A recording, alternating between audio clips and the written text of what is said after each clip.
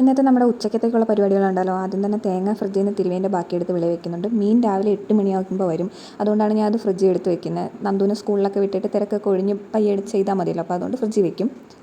അരി ഇപ്രാവശ്യം നല്ല വേവുള്ള ആയതുകൊണ്ട് 8 മണിയാകുമ്പം ചോറ് നമ്മൾ ഒരു തവണ തിളപ്പിച്ച് റൈസ് കുക്കറിൽ വെക്കും. പിന്നെ അതിന് ശേഷം 11 മണിയാകുമ്പോൾ വീണ്ടും ഒന്നുകൂടെ തിളപ്പിച്ച് വീണ്ടും റൈസ് കുക്കറിൽ വെക്കും. എന്നിട്ട് 12:30 ഒരു 12:45 ആക്കുമ്പോൾ അരി അടച്ച് വാർക്കാറാണ് പതിവ്.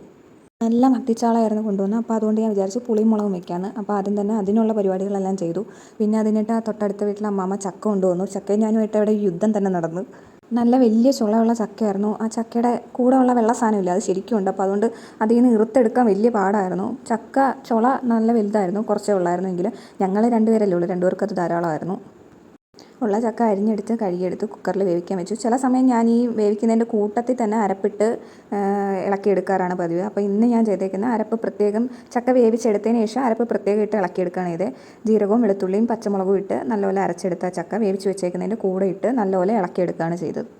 പിന്നെ ലാസ്റ്റ് കുറച്ച് പച്ച വെളിച്ചെണ്ണയും കൂടെ തൂകി കൊടുത്തു. അപ്പം നല്ല ടേസ്റ്റാണ്. ഇനി അത് കഴിഞ്ഞിട്ട് നമുക്ക് മീൻകറി വെക്കാൻ. ചട്ടി ചൂടായി വരുമ്പോൾ വെളിച്ചെണ്ണ ഒഴിച്ച് കടുകും ഉലുവയും ഇട്ട് പൊട്ടിച്ചെടുക്കും. പിന്നെ വറ്റൽമുളകും ഇട്ട് കൊടുക്കും. പിന്നെ വെളുത്തുള്ളി, പിന്നെ നമ്മൾ അരിഞ്ഞ് വെച്ചേക്കുന്ന പച്ചമുളക്, ചെറിയുള്ളി, തക്കാളി ഞാൻ നീളത്തിലാണ് അരിഞ്ഞത്. പിന്നെ മീൻ നന്നാക്കുന്ന വീഡിയോ ഒന്നും എടുത്ത് തരാൻ ഇവിടെ ആളില്ലായിരുന്നു. അതുകൂടെ സ്കൂളിൽ പോയേക്കുമായിരുന്നു.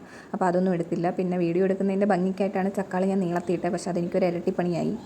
തക്കാളി വെന്ത് വരാൻ സമയമെടുത്തു. പിന്നെ ഞാൻ കുത്തി ഇടിച്ച് ഇളക്കിയെടുത്തു. പിന്നെ അതിന് ശേഷം ഉള്ളിയും തക്കാളിയൊക്കെ വഴഞ്ഞു വരുമ്പോൾ പൊടി ചേർത്ത് കൊടുക്കും. മഞ്ഞൾപ്പൊടി, മല്ലിപ്പൊടി, മുളക് പൊടി, ഉലുവാപ്പൊടി. ഞാൻ മുളക് പൊടി ഉപയോഗിക്കുന്ന കാശ്മീരിയാണ്, അതുകൊണ്ട് നല്ല കളർ കാണും. പിന്നെ ആവശ്യത്തിന് ഉപ്പും കൂടെ ഇട്ട് പച്ചമണം മാറുന്ന വരെ നല്ലപോലെ വഴറ്റിയെടുക്കുക. പച്ചമണം മാറിക്കഴിഞ്ഞ് കഴിഞ്ഞാൽ ഞാൻ കുടംപുളിയാണ് ഇടുന്നത്. കുടംപുളി വെള്ളത്തിൽ മുക്കി വെച്ചിരുന്ന് ആ വെള്ളം വീത്തി കൊടുക്കും. പിന്നെ ഞാൻ പാചകത്തിൽ അത്ര വലിയ എക്സ്പേർട്ടൊന്നുമല്ല, അറിയാവുന്ന രീതിക്ക് ചെയ്യും, അത്രേ ഉള്ളൂ.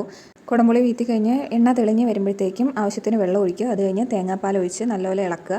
അത് കഴിഞ്ഞിട്ട് തിള വന്നു കഴിയുമ്പം മീനിട്ട് കൊടുക്കുക. എൻ്റെ കയ്യിൽ മുരിങ്ങക്ക ഇരുന്നതുകൊണ്ട് മാത്രമാണ് ഞാൻ മുരിങ്ങക്ക ഇടുമ്പോൾ മീൻകറിക്ക് നല്ലൊരു പ്രത്യേക ടേസ്റ്റാണ്. അത് കഴിഞ്ഞ് മീൻകറി അവിടെ ആകുമ്പോഴത്തേക്കും നമുക്ക് അരി അടച്ച് വാർക്കുക. അരി അടച്ച് വാർക്കുന്ന ഇത്തിരി മെനക്കെട്ട പരിപാടിയാണ് എന്നെ സംബന്ധിച്ച്. പിന്നെ പോരാത്തതിന് നമ്മളിപ്പോൾ രണ്ടാമത് ഒന്നുകൂടെയും 11 മണിയായപ്പോൾ തിളപ്പിച്ച് വെച്ചുകൊണ്ട് നല്ല ചൂടുണ്ടായിരുന്നു. അപ്പോൾ ഇന്ന് നമ്മൾ ഉച്ചക്കത്തേക്ക് മീൻകറിയും ചക്കയും മാത്രമേ ആക്കുന്നുള്ളൂ. ഇന്നലത്തെ മോരുകറി ഉണ്ടായിരുന്നു, അച്ചാറുണ്ടായിരുന്നു. അപ്പോൾ ഉച്ചക്കത്തേക്ക് ഞാൻ മാത്രമേ കഴിക്കാവുള്ളൂ. ഇനിയിപ്പോൾ രാത്രിയത്തേക്ക് അച്ഛനും മോനും ഉള്ളൂ. അതുകൊണ്ട് ഞാൻ വേറെ ഒന്നും ഉണ്ടാക്കിയില്ല. അപ്പം പിന്നെ നമ്മുടെ മീൻകറി ഒരു 10-15 മിനിറ്റ് കഴിയുമ്പോഴത്തേക്ക് സെറ്റാവും. അപ്പോൾ ഇന്നത്തെ വീഡിയോ ഇത്രയേ ഉള്ളൂ. അടുത്ത വീഡിയോ ആയിട്ട് വരുന്നവരെ tata bye bye, see U.